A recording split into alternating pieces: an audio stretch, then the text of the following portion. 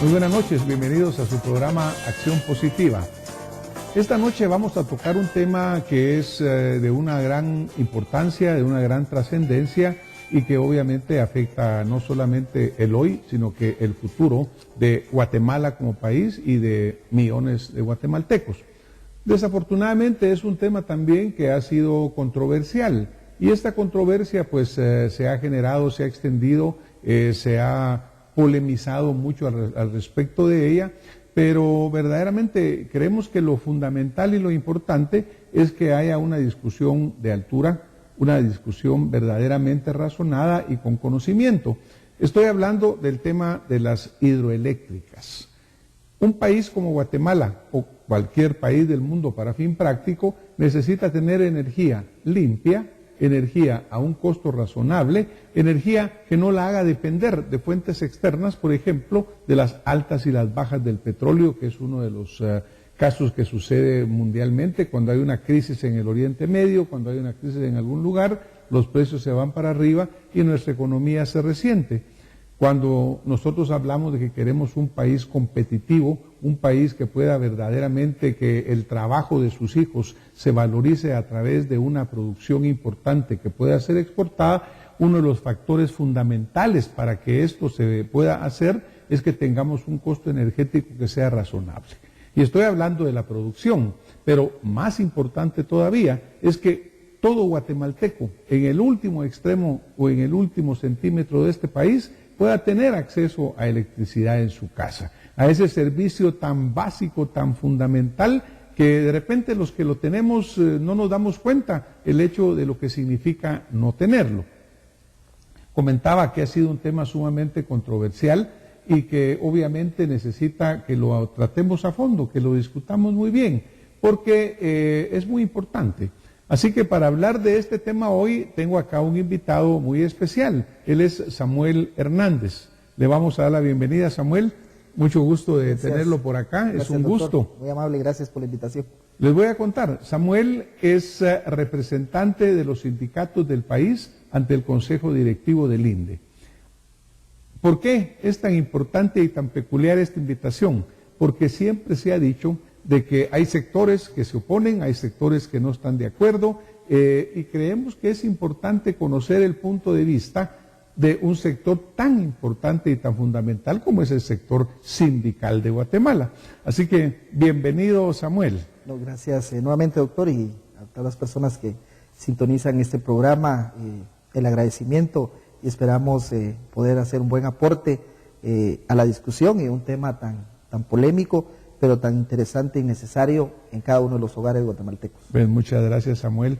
Cuando hablábamos antes del principio del programa fuera de las cámaras, pues Samuel es originario de Chiquimulía y él me comentaba que cuando era niño no había electricidad en donde él vivía y por lo tanto tenía que estudiar sin tener ese servicio.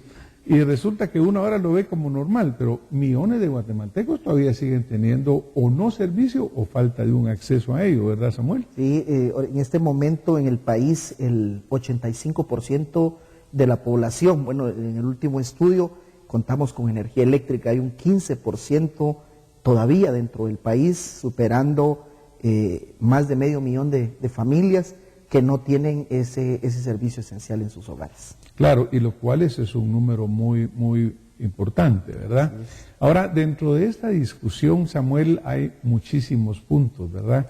Porque yo creo que no comprendemos exactamente cómo trabaja el sector eléctrico.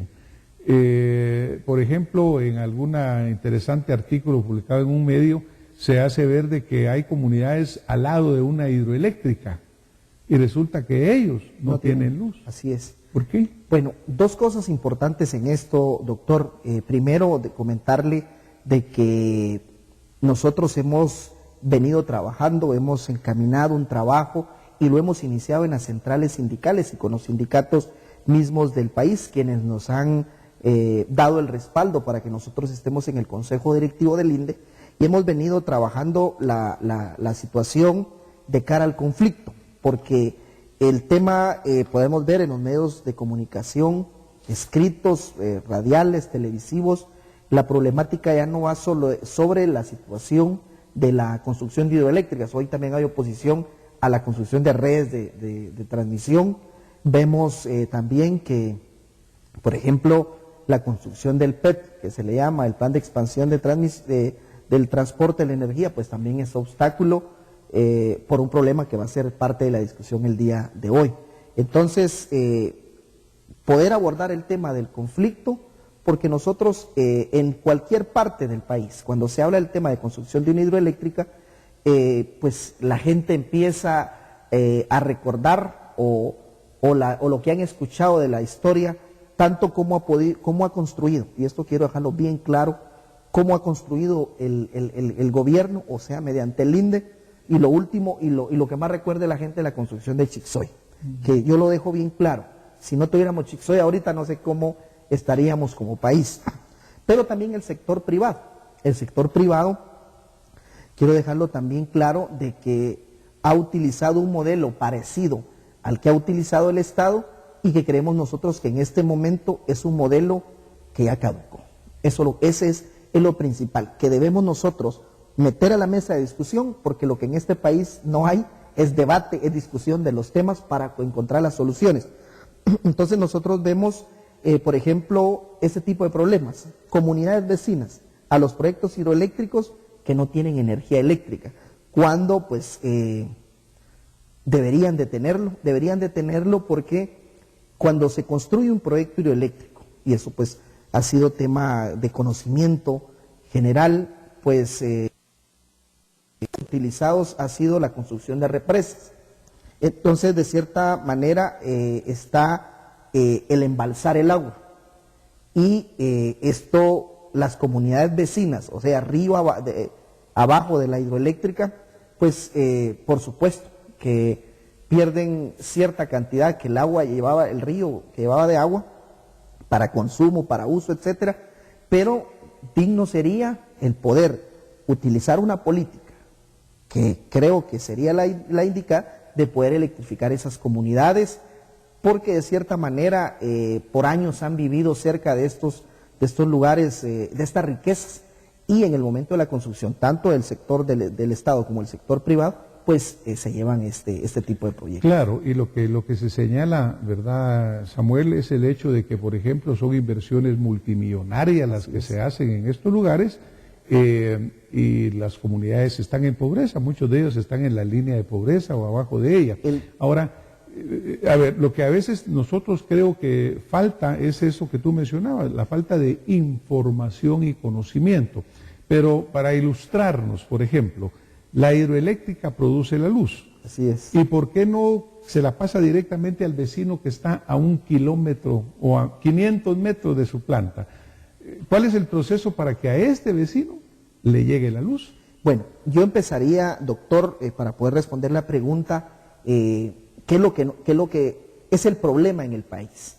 Y ahorita lo está viviendo en carne propia el sector privado, el sector, los inversionistas internacionales. El último problema por una hidroeléctrica es en Santa Cruz, en Huehuetenango, sobre el tema de Enel, porque el tema de la energía eléctrica, a nuestro juicio, debe ser una política de Estado.